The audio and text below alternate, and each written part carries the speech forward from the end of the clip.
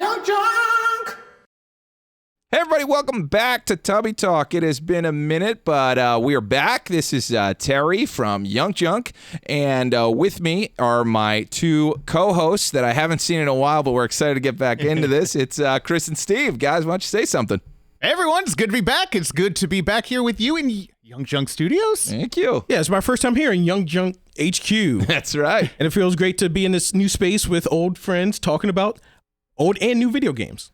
That's right. If you guys remember, way back when we used to do this show, we talked about all sorts of gaming things. Now that we're on the new set in the new studio, we'll be doing this a lot more often, so we're excited to be back. But we wanted to get into two things. We wanted to talk about what we've been playing and what we're looking forward to play, because there are big things, especially for me, in the second half. But why don't we start with the first half? I'm going to assume we're all playing Tears of the Kingdom. We are all playing Tears of the Kingdom, yes. So how has your, Chris, we'll start with you. How has your Tears of the Kingdom journey been? It's less time than I would like, but so it's really interesting. The game came out 2 days before my daughter's 11th birthday. And she's been waiting for this game for 5 years, Half at of least. her life. Half of her life. She's very hyped for it. So it's like, all right, she got it for her birthday. She gets dibs on the cartridge. So she's been playing it a lot. She beat the game. She played a lot. She's still playing it. But so I'm getting the scraps. But so far, like, I've put maybe 30 hours into it, which for that game isn't a lot. No. No, I also really respect the fact that you said she gets the cartridge. Yeah. It's been a while since we've had cartridges. Steve, how's your experience going with the game? I have the opposite experience. I've been playing it almost nonstop. I waited 2 weeks after it came out because I was finishing up all of my Destiny 2 chores. And then when that was done, I dove right into the game, and I must be 200 hours in by now. I haven't checked because the in-game like footprint map only tracks your last 250 hours, it says. So I have to see if it starts at the beginning for me, or if I've surpassed that and it's starting in the depths somewhere. Yeah.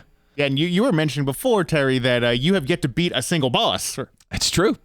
So one of my guys, Cody, is way further ahead in it than I am, and I asked him, he started telling me about these different quests, saying like, oh, well, did you get Princess Zelda's horse yet? I'm like, well, that sounds fun. He's like, and then what about the Master Sword? I'm like, well, that sounds fun too. So I got totally off track in... I was with Doritos. I was ready to go through with the first mission or whatever, and I don't have enough money to buy the cold gear. I'm like, all right, this is a huge problem. Let me go mill around for a bit. Well, in this game, milling around, it can be forever. Like, it doesn't stop. Yeah. There's a million quests, and it's so fun. I'm having so much fun with a game that I am nowhere in. But I did get the Master Sword. Did you guys get the Master Sword? Yeah, I made a beeline for that sword. No, I don't at all. You don't? No. Did your daughter get it? Yeah, she got it. So you know how it's gotten? I do. Okay. That was bizarre. Yeah. Anybody else have that? I mean, I pulled a sword out of a dragon's head. Did you guys? That's strange. Yeah. I haven't, but you did, right?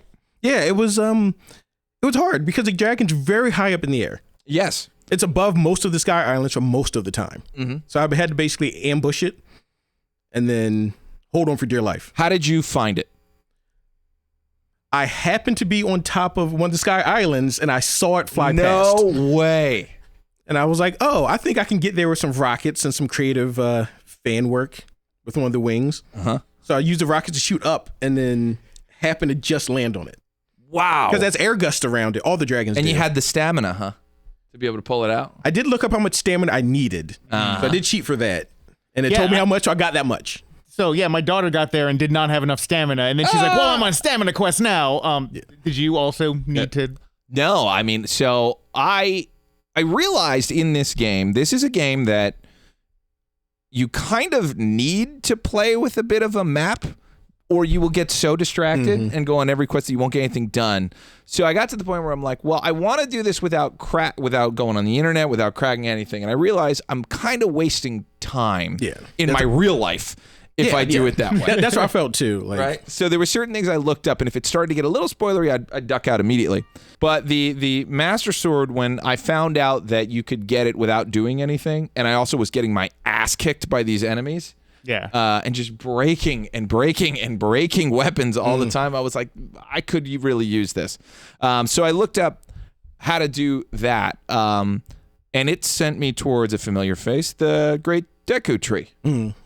Which can help you locate this dragon, apparently. But anyway, I think what I am curious about you guys is, are you guys regularly using the new Zonai powers or not? Because I find I am not really using them much and sticking to a more Breath of the Wild style of play. How about you fascinating. I am using them all the time. Huh. Yeah, like building thing. The one that I'm trying to incorporate more is the rewind, because that seems the most esoteric and weird, but also really powerful, like in times you wouldn't expect it. But I love building stuff, like, and every time they're like, hey, here's a rocket, here's a wing, like, you figure it out. I'm like, I will figure it out. So I love building stuff. And I feel like for combat, you need the what's the combination one with weapons? What's that called? Fuse. Oh, yes. Fuse for sure. Yeah. Oh, and I love using Ascend and trying to find where I can use it to kind of break the game. Yeah. I basically go around with Ascend, trying to figure out where I can use it, if it'll allow me to use it if I need height, or if it's just not, like some ceilings you can't ascend through because they don't actually end up anywhere. Yeah. Like in the depths, you can't ascend through most of the cliff faces because they go into the bottom bodies of water, which I figured out later eventually looking at the map. But ascend everywhere. Yeah, if you take a look at the map, all the mountains on the overworld are valleys in the depths. And all of the bodies of water in the overworld are cliffs in the depths. Cliffs or columns of stone, Yeah. So they directly correlate to one another. Here's another one that might blow your mind. Yeah, please. So you're exploring the depths right now. The light bulbs that you can, what are they called? The light roots? Yeah, the light roots. You activate those. Each of those correlates to the location of a shrine in the overworld. What? And the names are backwards. Yeah. What? So the name of the depth is they're a palindrome of each other. So name of the depth is backwards name for the one up top. What? Yep. Yeah, the first time I noticed the name, I was like, wait, that one was called Moab, and this is Boab? So if I'm in the depths and I shift the map to be the regular world screen, Dylan, can I get the map up there? It doesn't have to be through YouTube. It could just be through Google. The Tears of the Kingdom map. So I could just go to where I already have a shrine, like warp there, and just find the closest plunge point, and then navigate back to where the shrine is, and I'll find a light route. Yes. Holy crap. In fact, you can set a pin and just look at it at all levels, and something will be there. Look at this thing. There, keep going out, all the way out. Zoom all the way out. I even found holy moly. I even believe that I found a few, at least one shrine that has a counterpart in the sky and on the ground. Nice. I think there's no depths area under there because there's a lake or something. I thought I found that because that's what clued me into looking for it. That just changed my whole game. Actually, that's going to help out Cody. We had a guy in here complaining about the fact that he's looking for the last shrine because apparently there's an armor set. Yeah. I don't know what the armor set is, but apparently there's an armor set if you get all the shrines. I didn't finish Breath of the Wild, I don't think. Or did I? What do you get for seeing all the shrines in Breath of the Wild? I never got all the shrines. I guess I never did either. I don't remember what it is. It's a set that you get now in this game that you can unlock without for free doing it. Yeah. Yeah. But there's an armor set that you got. I think it might have been the Ocarina of Time one, maybe. I found the Dark Tunic and kind of lost my mind. Didn't find it. I bought it. Yeah. From a demon statue. So how about creating cars, creating planes? That, to me, I haven't gotten super into unless I happen to fall somewhere in the sky where a wing machine is. But I'm rarely using Zonai devices. Yeah. I do it like whenever I find a new thing, I'm like, I want to see how I can incorporate that. Yeah. But I'm also at a phase, like I know later on it's a lot easier. Like you get the schematics where you can auto build things. Oh. I don't have that yet. Me neither. You have to follow the quests. Yeah, and then you also get One of the like first quest you get. all of the balls that are filled with Zonai like devices that you can just The gachapon populate. machines. The gachapon machines, Here, right? Dylan, Google a ZONAI device, Zonai device, because this was the whole conceit of the new game, is that it's got everything from the old game, it's got all the exploration and everything, great story, but now there's a building mechanic, which just reminds me of Banjo-Kazooie. Nuts and bolts. Nuts and bolts. Yeah. Specifically the JonTron video about it. I don't know if you've ever seen it, but it's Yes. like it's a classic. About how it was the most disappointing game possible. Yeah, it's like cars. How could you do this to me? It's awesome. So yeah, Dylan's got it up right now. The Zonai thing. I'm gonna try not to look too close so I don't get spoiled. But the rockets were really interesting, and then I found this laser device. Yeah. Did you guys? The beam emitters. Yeah. Yes. Those are, Now, is that a super strong weapon? no. Oh, They're whoops. they're very weak for the laser that it is and the amount of power it uses. I have noticed if you put it on a spear and do the charge attack, it does a good amount of damage Really? because it does a rapid stab, so it procs a bunch of times. But it does less damage than like a stick per hit. Ugh. But see, what I love about this stuff, though, is that there are these combinations none of us have tried, and we all went divergent ways. And they're like, have you ever added this to this? Like, no, I didn't even think about that. Like, Yeah. I put an icicle at the end of a stick, and you can just freeze people because you have an icicle on a stick. That's all you need. I walked past ice once, and it said ice real quick, but it melted, Yeah. which was like, oh. Depending on the But climate. I never thought yeah. on. See, that's kind of cool. Oh, you know what I did do? I put one of the springs on a shield. That's fun. That was pretty cool. Did you do like this shield surf to bounce with the spring, or did you use it to bounce enemy attacks? So away? I forgot about that mechanic, and then I was in a situation where it was like a Zonai path to follow, kind of like there's a skydiving one, and then there's a surfing one. I had to remember how to jump on the shield. Yeah. It's a weird combination of buttons. I also wish you could destroy fused material and keep both still intact, because I took like a silver Lionel blade amplifier and accidentally put it on a shield. Oh man. And so I'm just sitting here with this shield that has a giant attack power. I can't do anything with it. So you can, if you follow a quest eventually later in Terrytown. There's a guy that'll Hey. do it for you. Hey. Chris has been walking around with rods with gems on the end, Yeah. storing them for that time. Because I'm like, oh, these gems are really valuable. I don't want to waste them on just hitting things. Well, we're back to that too. Like Yeah. everything is valuable to me because I refuse to look up, is it actually valuable? I haven't used Zonadite. I don't even know what that's for. Oh, other that's- than fill in the gotcha machine. Well, so you use that as well to increase your battery capacity, your personal battery. You know how you start What the do you game, mean? you have 3 pips of battery, right? Yeah. That can grow to like 24 pips of battery.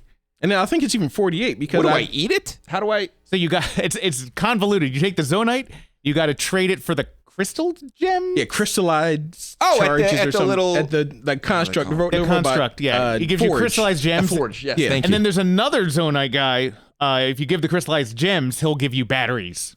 Basically, 100 crystallized gems for 1 pip of battery. Yeah. Oh my god. Yeah. And if you go to the depths to mine Zonite, you can fill it up pretty quickly. I got 4 full batteries in like 1 5-hour replay session just because I mined. Are they used up, or you have that battery? Oh, so it level recharges forever? automatically forever. Yeah, the battery always recharges. But if I get like 24 things of battery, you keep that- 24.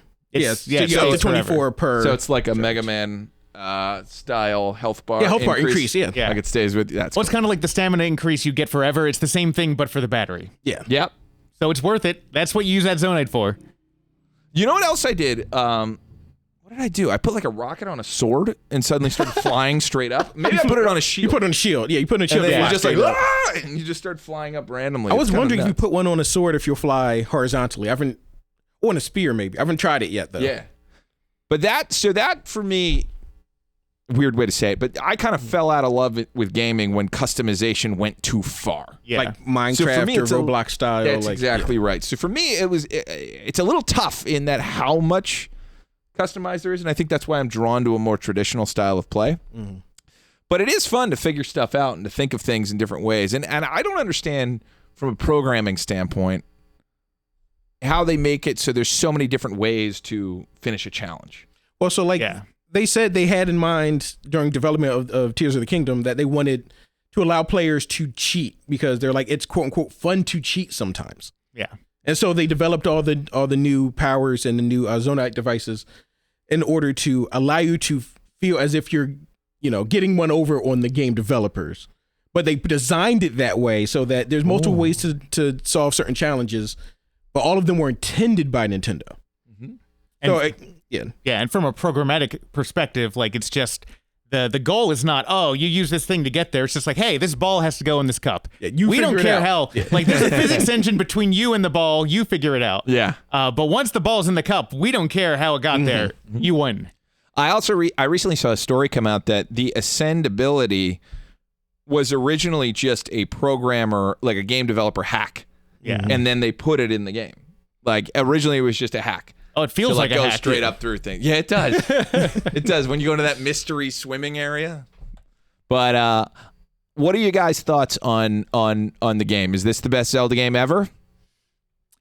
So the same thing I thought when Breath of the Wild came out. I love the game. I don't find it helpful for me to try to rank the different types of Zelda games together. Like 2D, my favorite Zelda game will always be Link's Awakening.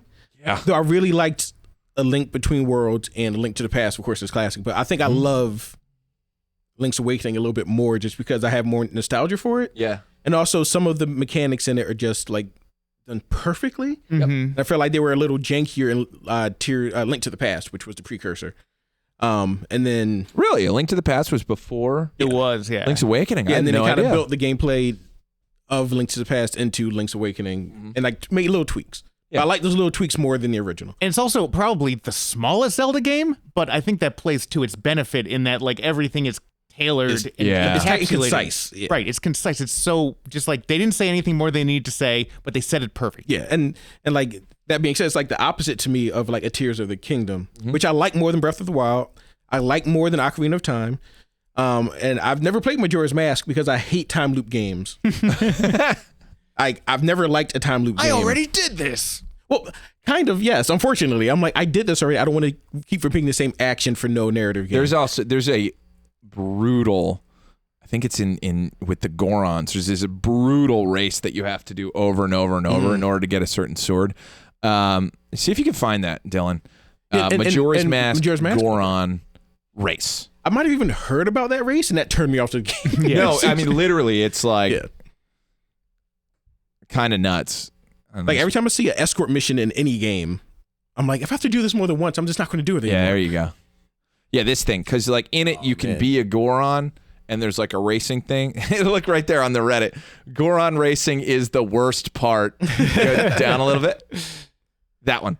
Goron racing is the worst part of Majora's Mask. See? Yeah. Definitely. But kind of cool that you're a Goron with a... It's awesome that they innovated in that way. Yeah. It just... It doesn't land for all people. Like Breath of the Wild, there were a lot of detractors that didn't like it because it didn't feel like a true Zelda game because it wasn't a directed power-up generation system. Like it kind of felt like those speed runs we use mods to randomize. Randomize. It's kind of like a randomized I see what you're saying. game where like you don't need to get anything to progress. And some people felt like they wanted to have that get the hook shot to be able to do progression is Death Mountain to be able to Yeah. get the light arrows, like that type of progression. Which was not in the original game. Yeah, the original one was very open world, but it also had less things you could get, I guess. I has felt a like lot the of things. original. I felt like the original goes closer to Breath of the Wild in the, and I think this was like part of the marketing plan and all that stuff of like, have an adventure again. Do it your own way, however you want. If you want to go face the boss right away, knock yourself out. You're gonna get your ass kicked, but do it anyway, right? And I think Breath of the Wild was very much that. You get off that plane, you can go right to. I wanted to say Demise, but yeah, it's the Calamity Ganon. Yeah. There we go. Yes, so I guess I can. Sorry, back to the original question. I can split it to two categories: hookshot Zeldas and non-hookshot Zeldas. Oh, that's a really good. Yeah. And hookshot Zelda, our favorite's probably Link's Awakening. Wind Waker was very, very good. Wind Waker also did Wind Waker have a hook shot? It definitely had a had a hook shot. I think the hook shot even had a grappling hook. You could turn to a hook shot later, I believe. I think you're right. Either that was an upgrade to make it more longer, maybe, but it essentially was a hook shot. Yeah, something I could use to grapple into something else and pull. Tears of the Kingdom, I'm loving a lot. Yeah. especially over Breath of the Wild. It builds upon it in story and in the world map. But it's just of the Wild. So much more that you can do.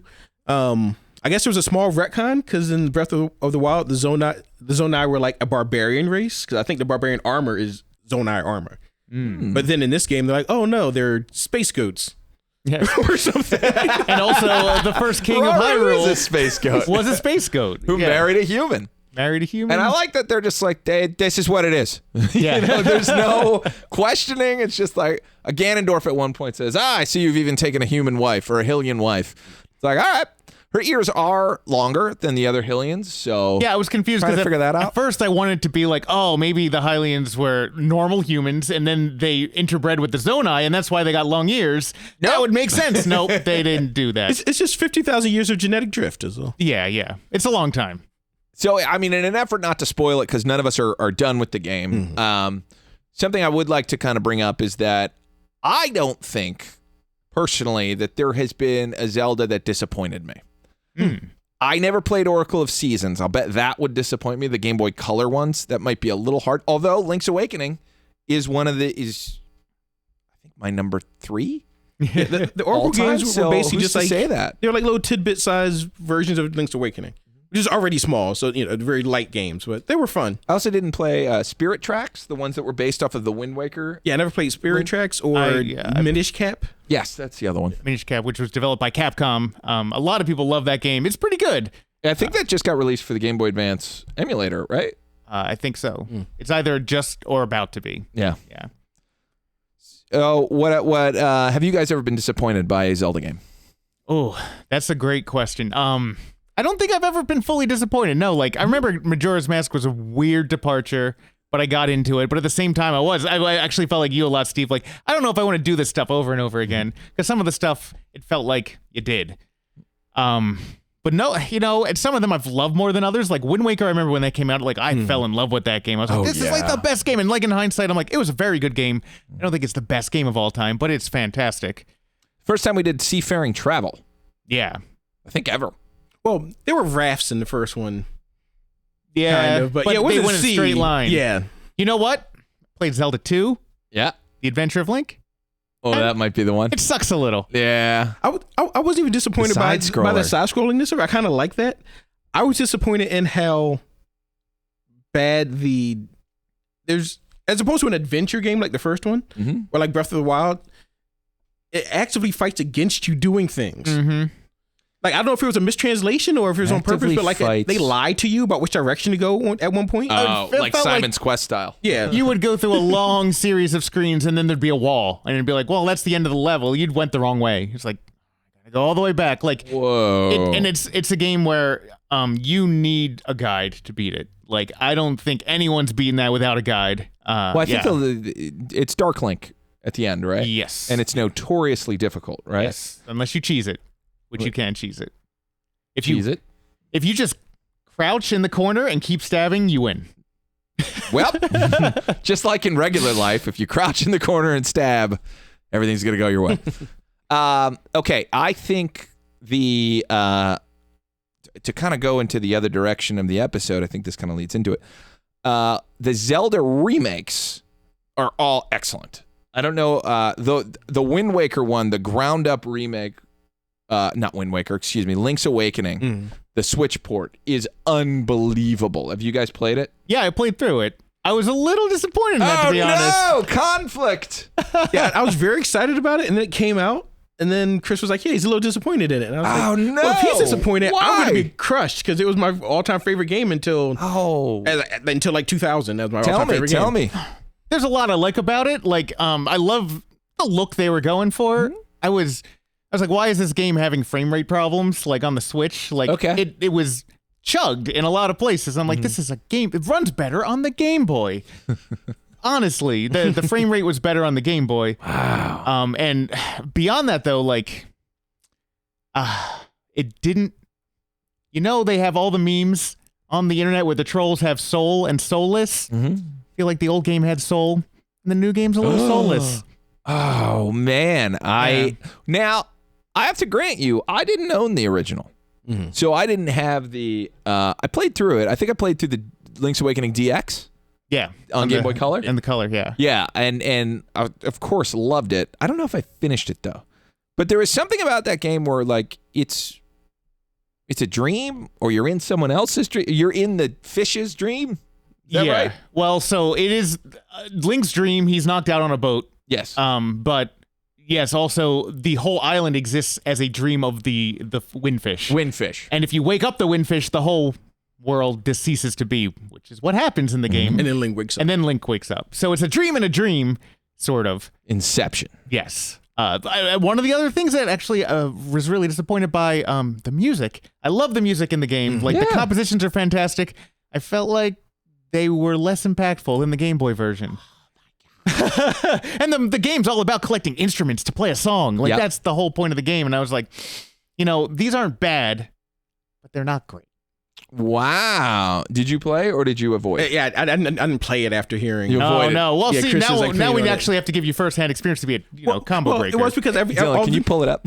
It's because all of the criticisms you Link's had of Awakening it, Switch. I know I would share because I was very excited by it being remade. Mm-hmm. I liked the new art style, at least for Link. Yeah. I haven't seen the whole game, but I like the new art style. I did not need it to be re-released, except I didn't have a Game Boy to play it on anymore. And I'm like, cool, and I can play it on a console. But then Chris and other reviews I read online were also like, yeah, it's a little soulless compared. Ooh. But you loved it though. Yeah, I'm gonna fight back on that one. I want to hear it. Yeah, I certainly think there's plenty of soul in that. It wasn't a port; it was a ground up remake. Yeah. I love that they went for something totally different. That's not Toon Link. That's not Link to the Past Link. That's not Breath of the Wild Link. That's not Skyward Sword Link. It's a whole new design. It's a whole new design, which I Link. really appreciate. Also, the updates to it's the first time we see Wart fully rendered out from Mario 2. Yeah. Has a cameo in this game, which is cool to see. The Kirbys that are in there was cool to see. The Chain Chomps that are in there. It's just so innocent and like inventive and fun. It was just a whole. Just made me so happy. Like every time I play the game, I was struck with happiness, constant happiness. It's not a collect-a-thon, though there are things to collect, and does it in a fun way and rewards you for it. There's the jump is just too fun. Jump all day. But I loved the game. I loved the story. I loved everything about it. I loved that it was a ground-up retreatment. The other remake I'd like to mention is the 3DS remakes of Ocarina and Majora's Mask. Yeah. Did you play those? I did play the Ocarina remake. I played the first half of it, and it was very hard to play with the 3DS. I realized that the control scheme was not conclusive to playing it at all. Like it fought against it actively, and I was like, what? They couldn't come up with a different compromised control scheme for it, like they did with Super Mario 64. When they put that on Game Boy Advance. Well, Mario 64 was on the DS. It was DS, yeah. But they had a new control scheme to accommodate the DS's controls. In that it was up, down, left, right. There wasn't an analog. Right? Yeah, it was a D-pad, but then they also gave you, the DS came with a little boot that you put on your thumb. I remember that. That you could put on the touch screen to have analog control. Yeah. Which neither was great. Did the 3DS have a joystick? No. Yeah, the 3DS, yes. Yeah, a 3DS had a circle left pad. Circle pad. And then you could get a right circle pad attachment. But that wasn't out, I believe, at the time that Ocarina remake. I want to say, Dylan, look this up. Did Majora's Mask 3DS come out before Ocarina 3DS? I think they actually came out in order. Really? I thought I thought Majora's came out first. So did I. Because when I first got a 3DS, Ocarina was already out. I don't know how far into the cycle I got a 3DS. 2015. And then when did Ocarina? 2013, yeah, Ocarina. Oh, no, that's the other one. There's another one. That's not 4 years earlier. Oh my god! So maybe I got that one and didn't get Majora's because I had sold the 3D. I sold everything like an idiot at one point. I had a blast with those games. I thought it was nice to see. The problem is whoever made that Unreal Engine Ocarina demo. Yeah, but I think they did a great job with those remakes. Yeah. I know some purists were mad about some things, but I think those were very nitpicky. I think for the most part, like the control changes were good, like just having more buttons to assign stuff to, like worked. And the bottom screen inventory. The inventory was all. That's why having 2 screens is the best thing you can have. That's the reason I wanted to play it, is because I took inventory management so much easier with the second screen. Yeah. In everything. I mean, which is weird because now we don't have that on Tears of the Kingdom. And I feel like also it's one of those games where the 3D helped. Like I liked the 3D in those games. That was mind-blowing how they made 3D work so well for the Zelda games. Yeah. But again, I mean, I don't know how they did that. Did they have to redo the code in 3D? Did they just add a second layer? Or they did a lot of work. I mean, they redid a lot of not only the textures, but they redid the meshes for a lot of the characters. Like if you go look at like a side-by-side, like, oh, that's not the same game. It's not a ground-up remake, but it ain't too far off. A remaster. Yeah. 3D remaster. A 3D remaster. Yeah, it was good. So it was a remaster with a 3D treatment. Yeah. A remaster with the 3D treatment. And then the last one that I'll kind of bring up is the often overlooked Master Quest that came with Wind Waker. Oh, it came with Wind Waker. So the GameCube re-released Ocarina of Time, and it released Master Quest. Yeah. Which was so much fun because it was the game, but that was exactly what you're talking about, though. That was a randomized version, essentially, of Ocarina. Yeah. Did you guys play it? Yeah, I have it. I owned it and I never played it. I don't know what I did with the disc. I don't know if I played it through, but those discs are actually very valuable now. So, like, find it. I think I gave it to my sister when I gave her my GameCube. I gave her everything but F-Zero GX. Smart. You hold that for life. Yeah, because I was like, I never know when we're going to play this again. That's going in my grave. Yeah. F-Zero GX, yeah. Oh, look at that. Legend of Zelda Ocarina of Time 3D, 9.5 out of 10 on IGN. What's Tears of the Kingdom have? 10 out of 10? I'm sure. I feel like everything's a 10 out of 10 now on IGN. Well, I know a lot of people criticize Tears of the Kingdom for being Breath of the Wild again, even though they liked the first one. Isn't that what we wanted? But then when you play 10 it, out of 10. Yeah, but then when you play it, you realize it's 5. Slant did not approve. Who is Slant? Click on that. Who is Slant? It's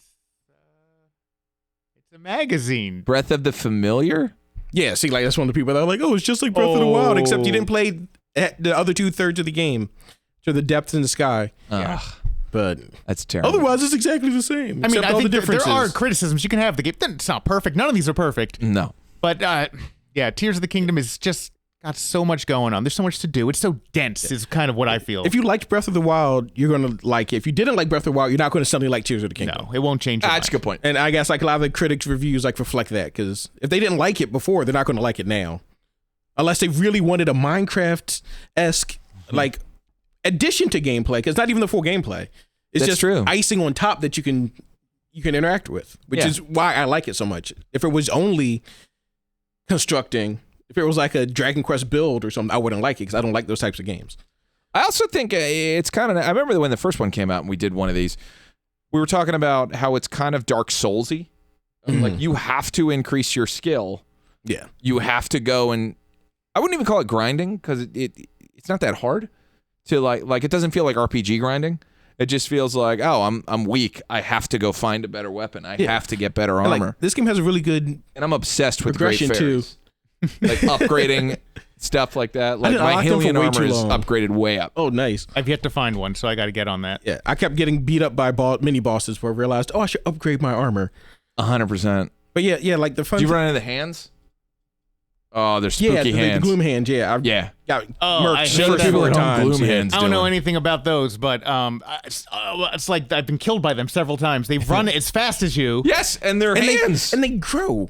I climbed up on top of a castle ruin, and they just stretched up and grabbed me off the top. Yeah, look at these things. Yeah, I got to a point where I was up on a rock above them, and they couldn't get me. And I was like, cool, I'll kill them. And I tried to pick them off one by one, but they grow back. Well, and did we have gloom hearts in the previous game? No, that's new. Dude. Yeah. Terrifying. Just like God for Sunday Lions. Just like in Dark Souls when you fell into the Blight. I think it was Blight Town, right? And then you walk around in the muck and it curses your health. Yeah, that I've never played. Every time there's like a swampy area. Don't play Dark Souls. Too much customization. I think if you have time, you should try it. It has no customization. That's part of the. It's more thing like with smashing your head against a brick wall, and you're like, maybe I moved the brick a little. I saw. Yes, but sometimes that can be fun. Yes. I recently saw like a Dark Souls versus Skyrim thing on Death Battle or something, and like your character doesn't even have a name, right? You're just like an undead something. You're like a respawn or whatever. Hollow. Yeah. A hollow. Yeah, you're Hollow the Man with Kevin Bacon. You're the hollow. You're like the unliving or something. The second one. In Elden Ring, you're the tarnished. Ooh. But they're all soulless, except for Bloodborne. They're all started like as like no name random dudes that came back to life, and then stuff happens. Well, you do stuff, but yeah, those curse hearts like that is a variety of other games, but to see it in Zelda, like it hurts. Yeah, it does. That sound effect too is just so it's like it just sounds like your life is getting sucked away. I do like. I mean that.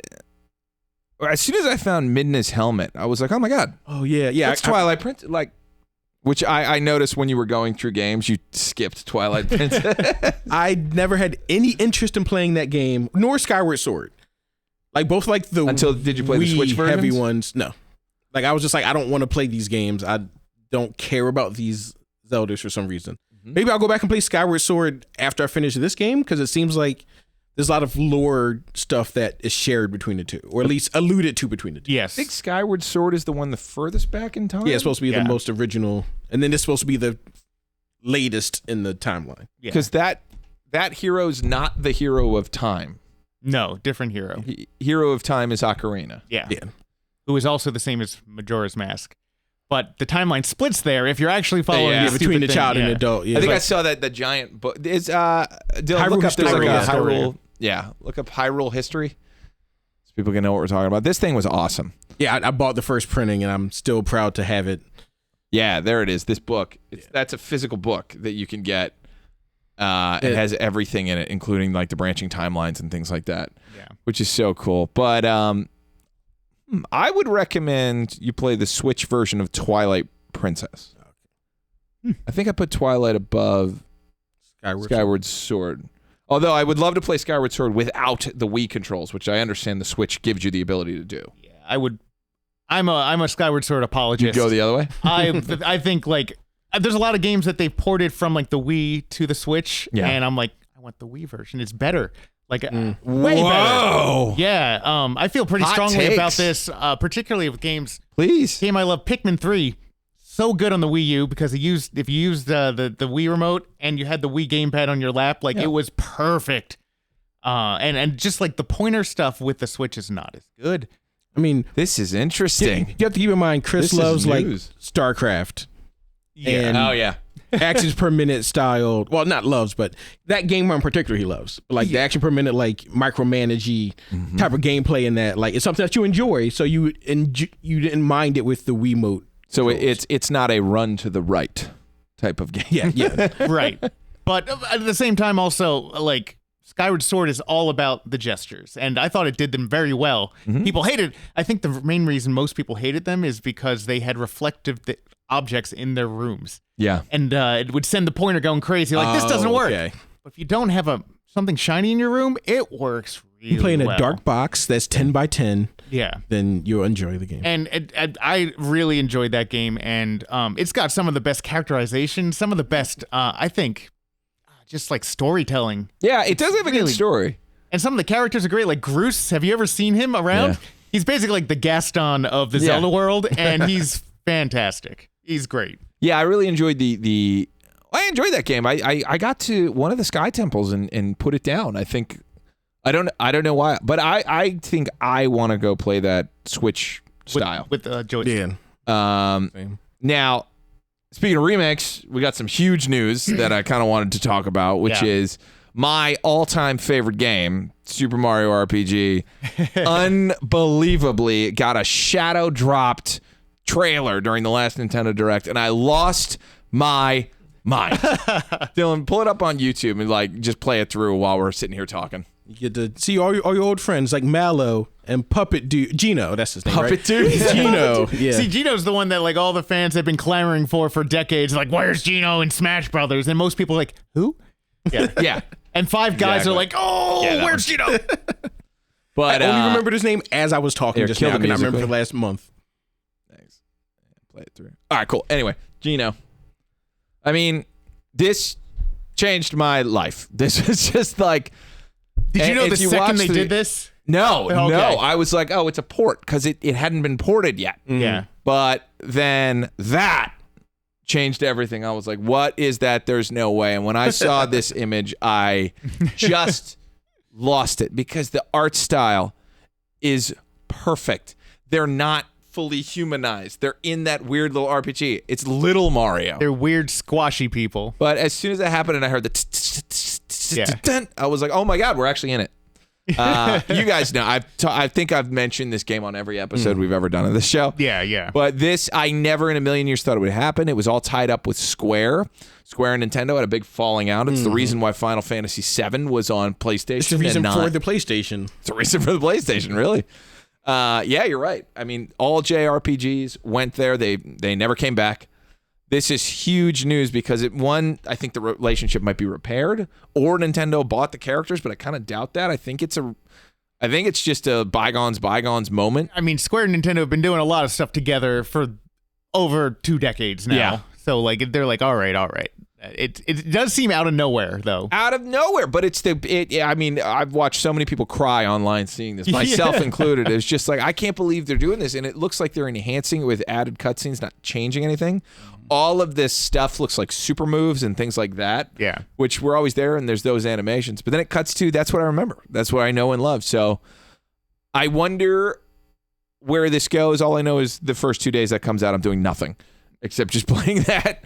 Well, it might not even need 2 happier. days because like it's not that long a game. It's shorter than I remember. I just a week before this came out, I started playing it on the original. Really? Yeah, and I was like, oh, I'm blowing through this way faster than I remember. Like bang, bang, bang. It's not a super long for an RPG, a Square RPG. It's pretty short. It's the introduction for me to RPGs at all. Yeah.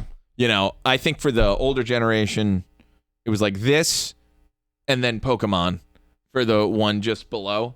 And then there's you guys who played Final Fantasy, the original ones, right? Dragon Quest. Warrior in the US, yeah. That turned me off to JRPGs for a couple years. I didn't understand it. It was way beyond me.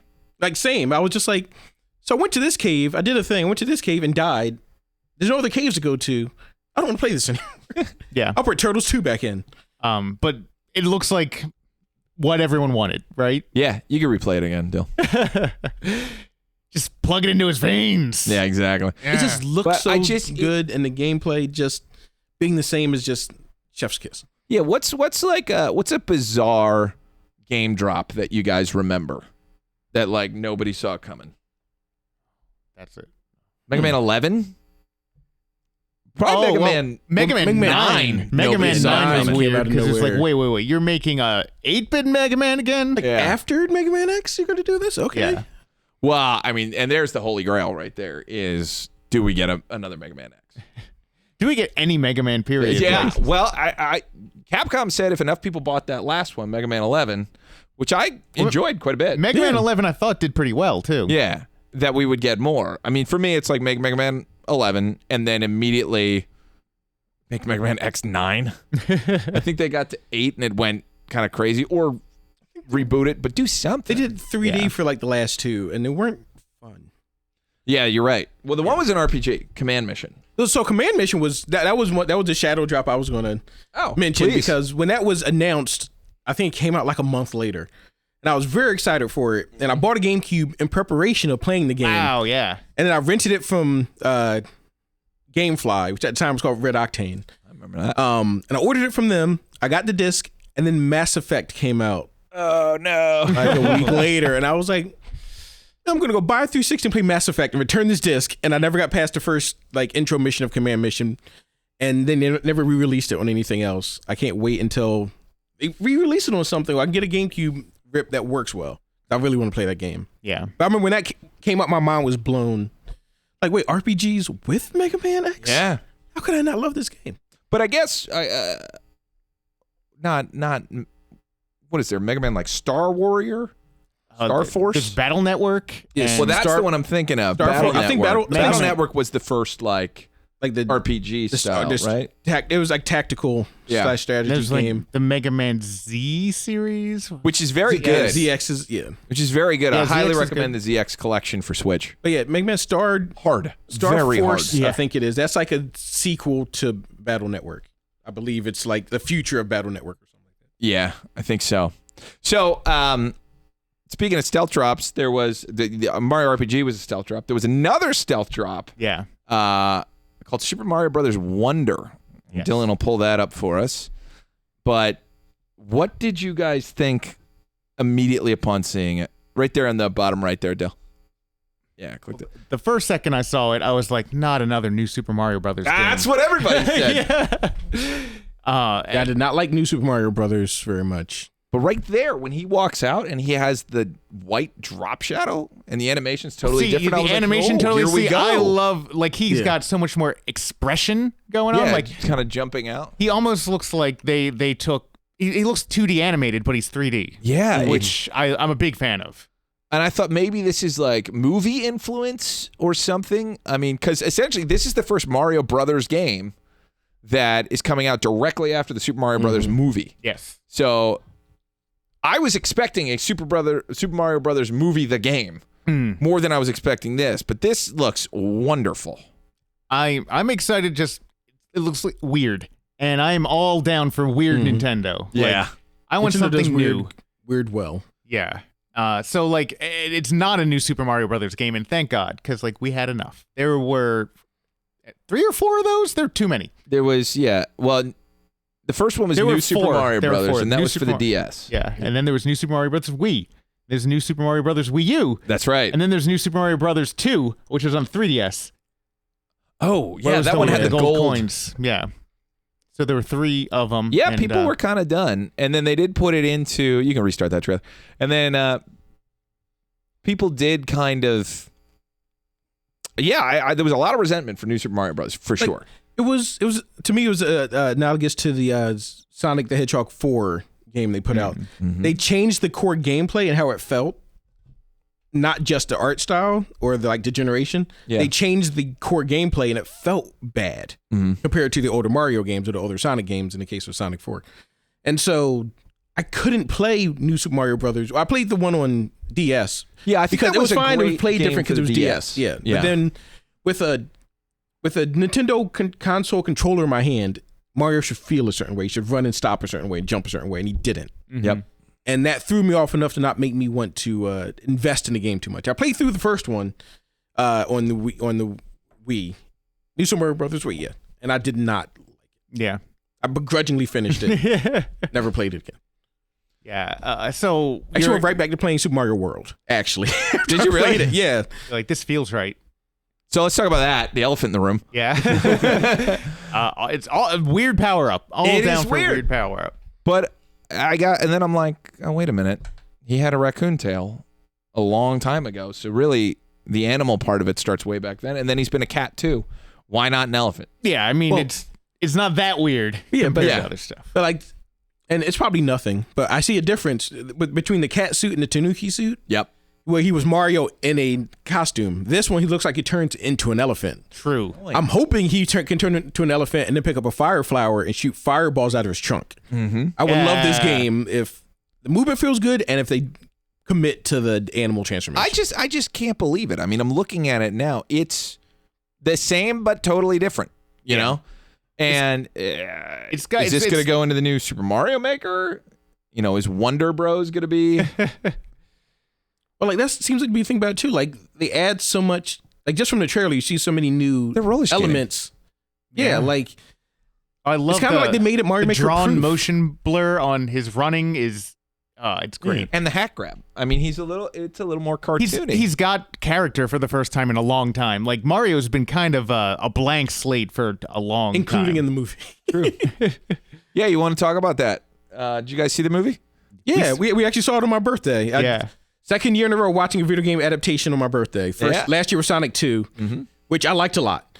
The Super Mario Brothers movie, which is what it's unimaginatively called.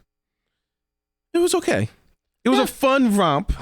See, I liked it. I loved it. I thought it was I loved lots it. of As a fun. movie, I was listening to a podcast the other day about the movie aspects of it, and it reminds me how bad of a movie it is. But I didn't care because watching it just took me back to the movie I went in my childhood that was not that live action BS. I like that it delved into things we haven't necessarily seen. Like, they never talk about Mario's past since, the 80s. And they're like, hey, here's his family. This is what they look like. That was brand spanking new. Yeah, like, all those people were brand new. And they're like, they live in Brooklyn. This is what they look like. This is what they sound like. And there's a Zelda tie-in, too, because his dad looks just like Malin. Yeah. So I like that they were going back to that 80s origin, you know? And we haven't seen that. New Super Mario Brothers has nothing to do with, like, I'm an Italian plumber from Brooklyn. None of that. Yeah, it's Mushroom Kingdom. Yeah. Like, he was always in Mushroom Kingdom. What are you talking about? Mario did throw a giant bullet back at Brooklyn. Yeah. Whether he meant to or not, that's what he did. I loved it, and the big reason I loved it is because they said we're making a Super Mario Brothers movie, and they made a Super Mario Brothers movie. Mm-hmm. It wasn't a stealth, Princess Peach movie. It was like, this is it, exactly as you think it's going to be. Mario will save the day with his brother, and they do. Yeah. And that's all I really wanted. So it just felt good to have my faith rewarded for the first time in a long time, because movies have burned us for a long time. So it was nice to just be like, oh my God, this is it. They gave me what they promised. I felt it was refreshingly straightforward, right? Absolutely. And the kids loved it. Yeah. Like, they came out of the theater jumping and bouncing. I was like, I remember that feeling. Like, you get out of an awesome movie, you're so hyped. And I think it's because no subtext. Very simple, easy to follow story. Anybody can follow it. Your grandmother can follow it, or your grandchild can follow it, When you get to the root of it, it's a kid's movie. Yeah.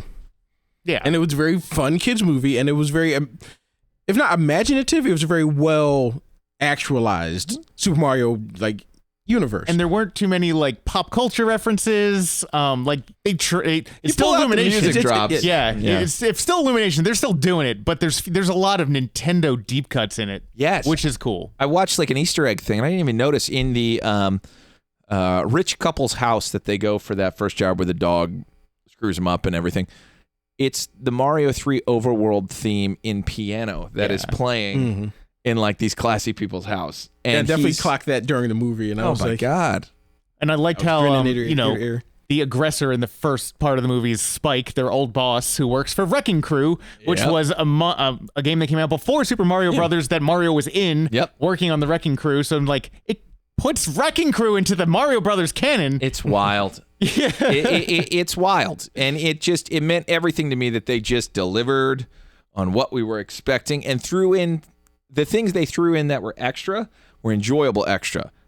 Did not know I needed Fire Flower Donkey Kong. Yeah. Now I desperately need Fire Flower Donkey Kong the one in this game. Mario Bros. The Wonder. One Easter egg I did not. Well, it was shattered my young mind, actually. Mario, that makes clear that Mario is not the referee in Punch-Out. Because the guy that owns the pizza parlor is the referee in Punch-Out. I didn't notice that. They have his picture on the wall as him as a referee, even though he looks just like Mario. Yeah.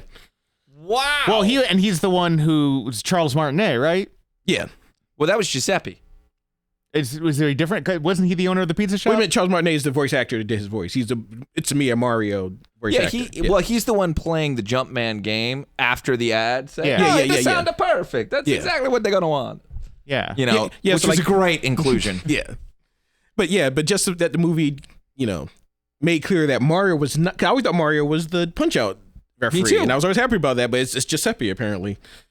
It kind of blew my mind. So I'm like, what else? What other sports referees was Mario not? Yeah, he was in tennis. He was in so many. Probably things. all Giuseppe. Yeah, probably all Giuseppe. But I mean, Mario and Zelda to kind of bring things together. You can always trust those two franchises.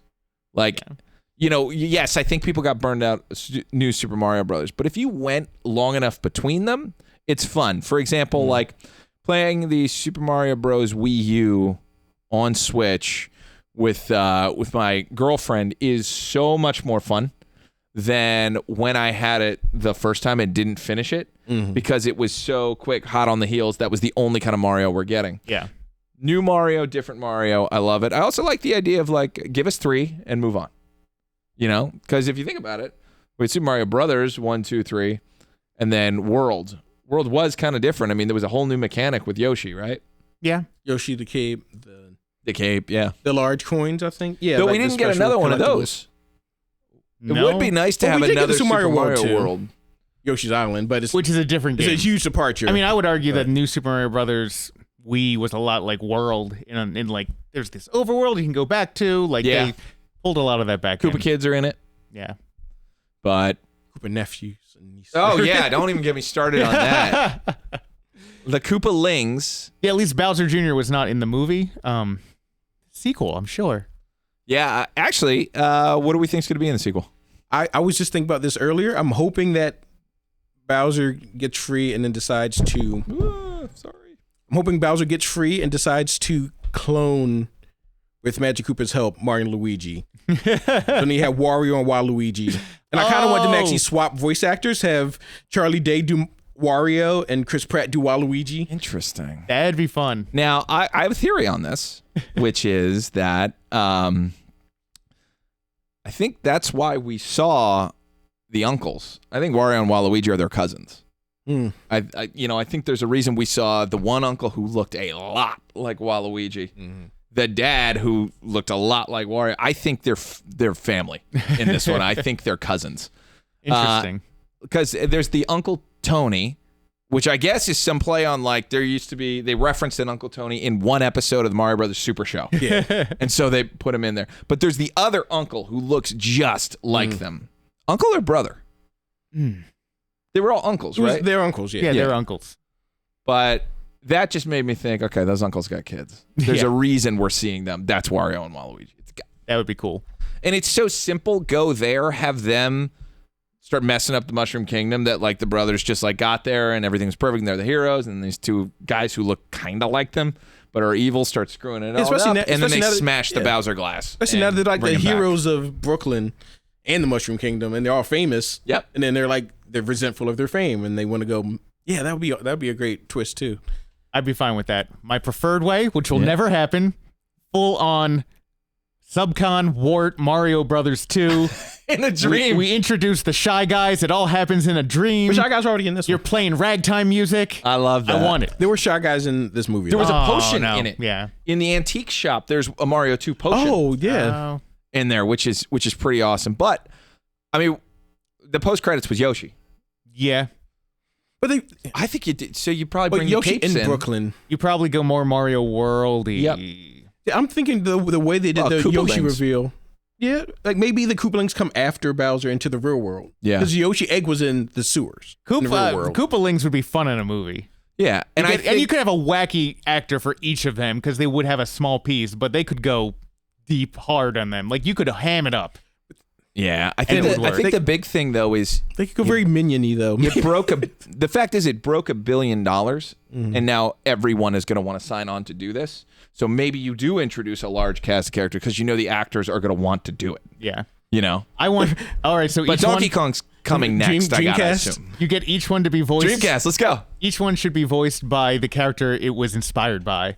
So Like like Iggy Pop to be Iggy. Iggy Pop That's to be awesome. Iggy, Wendy-O to be Wendy-O. What about Beethoven? Well, Beethoven would be. Then you just Kelsey Grammer for Ludwig sounds pretty good to me. Yep. Good consolation prize. I was wanting to hear Robert De Niro as the grandfather Mario. Yeah. But yeah, I think it was fun. Visually, pretty much perfect, I would say. I can't get over 2023. Okay, Mario Brothers movie, Tears of the Kingdom, 2 new Mario games, 4 if you count the Luigi's Mansion and the Princess Peach, whatever that is. Yeah. But 2023 is probably going to go down in history as like the best year ever for Mario. I mean, he had a movie.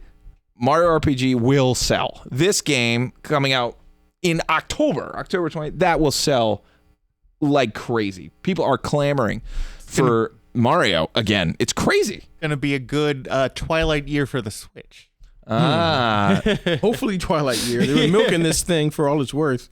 Well, I mean, there you go. I mean, if you're going to have an ending, well, the original Mario RPG came out in the Twilight year of SNES. Did. Makes sense.